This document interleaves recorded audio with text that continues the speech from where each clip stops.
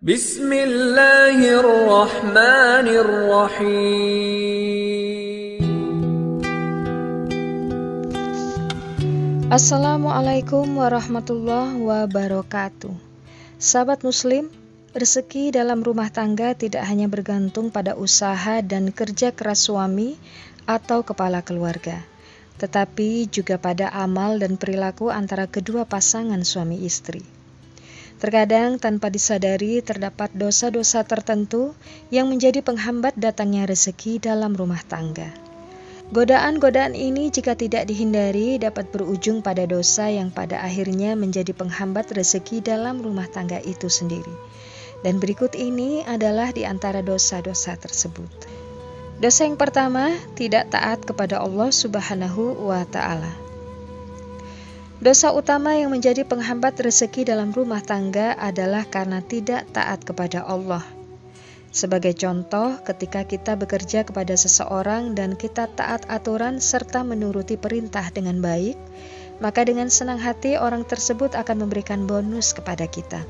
Tapi jika kita membangkang atau tidak taat, maka jangankan bonus, gaji pun bisa dipotong. Hal yang demikian juga berlaku dalam hubungannya dengan rezeki, hubungan antara kita sebagai hamba dan Allah sebagai pemberi rezeki. Allah Subhanahu wa Ta'ala berfirman dalam Quran surah Fatir ayat 3 yang artinya, "Wahai manusia, ingatlah nikmat Allah kepadamu. Adakah pencipta selain Allah yang dapat memberikan rezeki kepadamu dari langit dan bumi? Tidak ada Tuhan selain Dia, lalu bagaimana kamu dapat dipalingkan dari ketauhidan?" Dosa yang kedua, melupakan orang tua. Pepatah kacang lupa kulit terasa pas untuk mengawali dosa yang menjadi penghambat rezeki dalam rumah tangga ini. Pepatah ini menggambarkan bagaimana seseorang melupakan latar belakangnya dan melupakan seseorang yang telah berjasa kepadanya. Sementara kita tahu bahwa sampai kapanpun kita tidak akan pernah mampu membalas jasa kedua orang tua. Bahkan ketika anak telah dewasa dan membina keluarganya sendiri, keberadaan orang tua tidak dapat disingkirkan. Melupakan mereka berarti sama halnya dengan menutup pintu rezeki bagi keluarga. Bagaimana tidak, kita bisa berkeluarga seperti saat ini juga karena jasa-jasa kedua orang tua. Dosa yang ketiga, berkhianat kepada istri dan anak.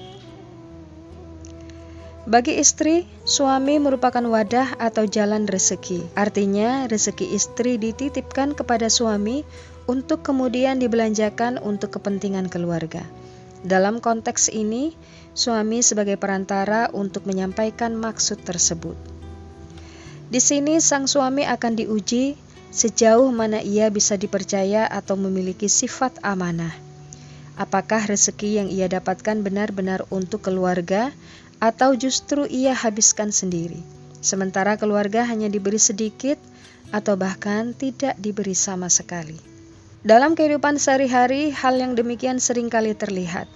Seorang kepala keluarga bekerja keras, namun ketika mendapatkan gaji, ia justru tidak segera pulang ke rumah untuk menafkahi keluarganya, melainkan pergi ke tempat judi, tempat karaoke, dan tempat sarang dosa lainnya.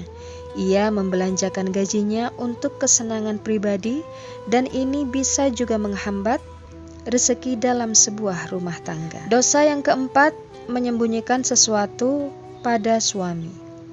Meskipun suami kerap melakukan dosa yang telah dipaparkan sebelumnya, tapi tidak semua penghambat rezeki dalam rumah tangga bersandar pada suami semata sebagai kepala keluarga atau penanggung jawab nafkah, melainkan istri juga ikut andil di dalamnya.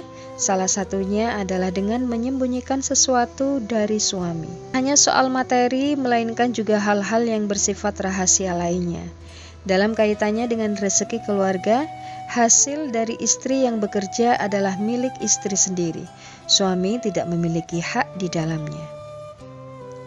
Hal ini tidak berlaku bagi suami karena ia berkewajiban menafkahi keluarganya. Namun meski demikian, istri diharapkan terbuka terhadap suami. Berapa gajinya, tabungannya, dibelanjakan untuk apa saja, dan lain sebagainya. Dan dosa yang terakhir, tidak menghormati tamu.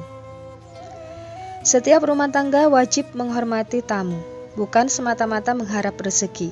Menghormati tamu adalah cara mereka berperilaku sosial sebagaimana ajaran agama Islam. Tidak dapat dipungkiri bahwa salah satu ciri dari rumah yang mendatangkan rezeki adalah senantiasa didatangi tamu karena kelapangan hati pemiliknya.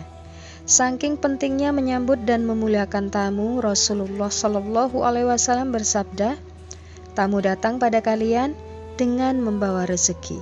Hadis riwayat Muslim. Demikianlah pembahasan mengenai dosa-dosa yang dapat menghalangi rezeki dalam rumah tangga. Mari kita hindari agar keluarga kita selamat dan selalu memperoleh rezeki yang berkah dari Allah Subhanahu wa Ta'ala.